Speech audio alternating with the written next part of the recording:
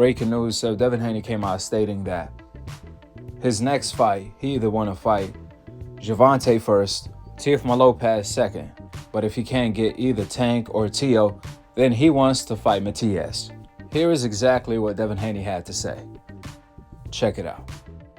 This is a huge fight, one of the biggest fights in boxing, but there are a few others. Or is this it at 140 after this one? No, I mean, you know, there's big fights at 140. Still got Teofimo Lopez, Matias. I want to make the biggest fights happen for the most amount of money. So I'm glad you brought Matias up because he's been saying a lot about you, right? What do you think about him as a fighter, and could he be next?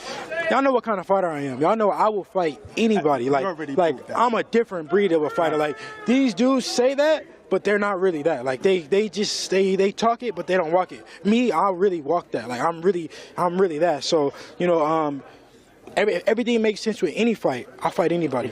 I mean, not too many people call out Matias' name, and you did. So I credit you. Wanted to fight Loma when you was 19. So yeah. I'm never gonna question your heart. Sure. I guess everybody is the boogeyman till the A-class boogeyman Devin Haney pulls up.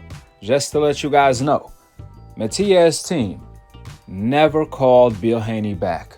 And according to Eddie Hearn, it was Bill Haney that made the Ryan Garcia fight come to fruition when he spoke to Oscar. Eddie had nothing to do with it, which proves when Bill Haney is making phone calls, he's actually making things happen. That's why when Bill Haney contacted Matias' manager, they first asked for $4 million to fight Devin Haney. Then when Bill Haney exposed them on that, they claimed that Bill talked to the wrong manager/promoter in order to save face. Then Peter put Bill Haney on supposedly the right manager/promoter. And when Bill Haney called that man, he ended up hanging up on Bill. Bill Haney had to call him time and time again. Even Matias' own trainer, Peter, admitted that Bill Haney was being respectful. However, they were still hanging up on Bill Haney. And then when Bill Haney finally was able to talk to Matias' promoter or manager, he asked him, how much is it going to take to fight the boogeyman Matias? We want to fight Matias next. How much is it going to take to fight the boogeyman? And they told Bill, we going to get back to you on that next week. And do you guys know, they never called Bill Haney back. Till this day, before Devin Haney agreed to fight Ryan, I'm talking about while Devin Haney was free to rumble and was looking for an opponent. Meanwhile, the Devin Haney detractors was accusing Devin Haney of ducking Matias. Well, don't worry, guys. Devin Haney is still looking for Matias. Devin Haney said he wants the fight. Bill Haney also said the same thing, that they want the fight. And Eddie Hearn revealed he signed Matias so he can feed him to Devin Haney. Or excuse me, so he can match him against Devin Haney just like he did with Regis. Therefore, if Gervonta doesn't fight Devin Haney next, if Teo doesn't fight Devin Haney next, most likely we're going to see Devin Haney versus Matias. One thing for sure, Devin Haney is not on that Canelo Alvarez duck plan. Two things for certain. Devin Haney is doing the exact opposite of what Canelo Alvarez is doing. They both have a lot of options. Devin Haney is choosing to fight the best with his position, while Canelo Alvarez is choosing to avoid the best competition for the biggest paydays in order to cherry pick for a pay cut. On one hand, Devin Haney is going after all of the monsters, the American monsters, Gervonta and Shakur, and the Hispanic monsters, Teofimo Lopez and Matias. On the other hand, Canelo Alvarez is running for his life, living up to his motto, no ducking, no life, by avoiding David Benavidez, the Mexican monster, for his biggest payday in order to take a pay cut to fight Edgar Berlanga. This is what makes Devin Haney the face of boxing, because he's delivering the fights that the fans want to see, the biggest fights available. He's a free smoke fighter. On the other hand, this is what makes Canelo the duck of boxing, because he's ducking every fight that the fans want to see.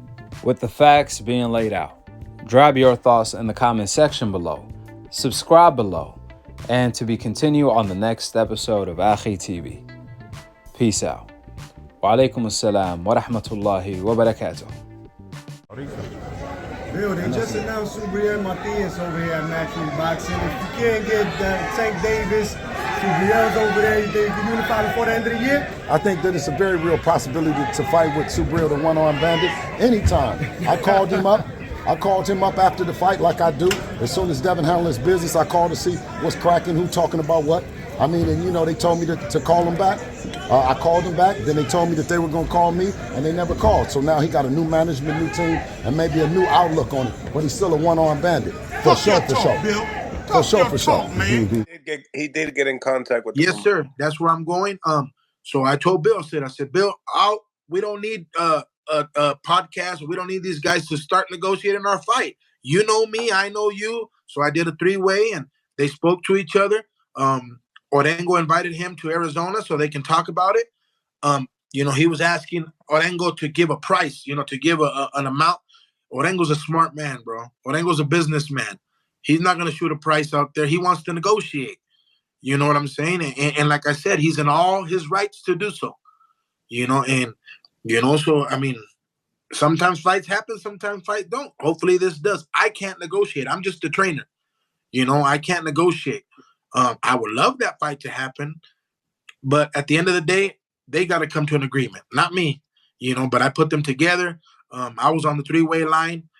Bill was very respectful, you know, just as Juan. Juan is a great man. So I believe they got something going on. You know, I believe they got something going on. Juan doesn't speak English that well, so that's why I was on the 3 line there and stuff. But they spoke and Bill's a man of his word, and he kept it, and he kept saying, I want to fight the boogeyman. You know, I want to fight the boogeyman. How much is it to fight the boogeyman? You know, but so I mean, nobody here is scared of nobody. I don't know who told him that we said that Devin was scared or who, you know how media is and things like that, you know, but I've always respected Devin, and I'll always respect him, and I'll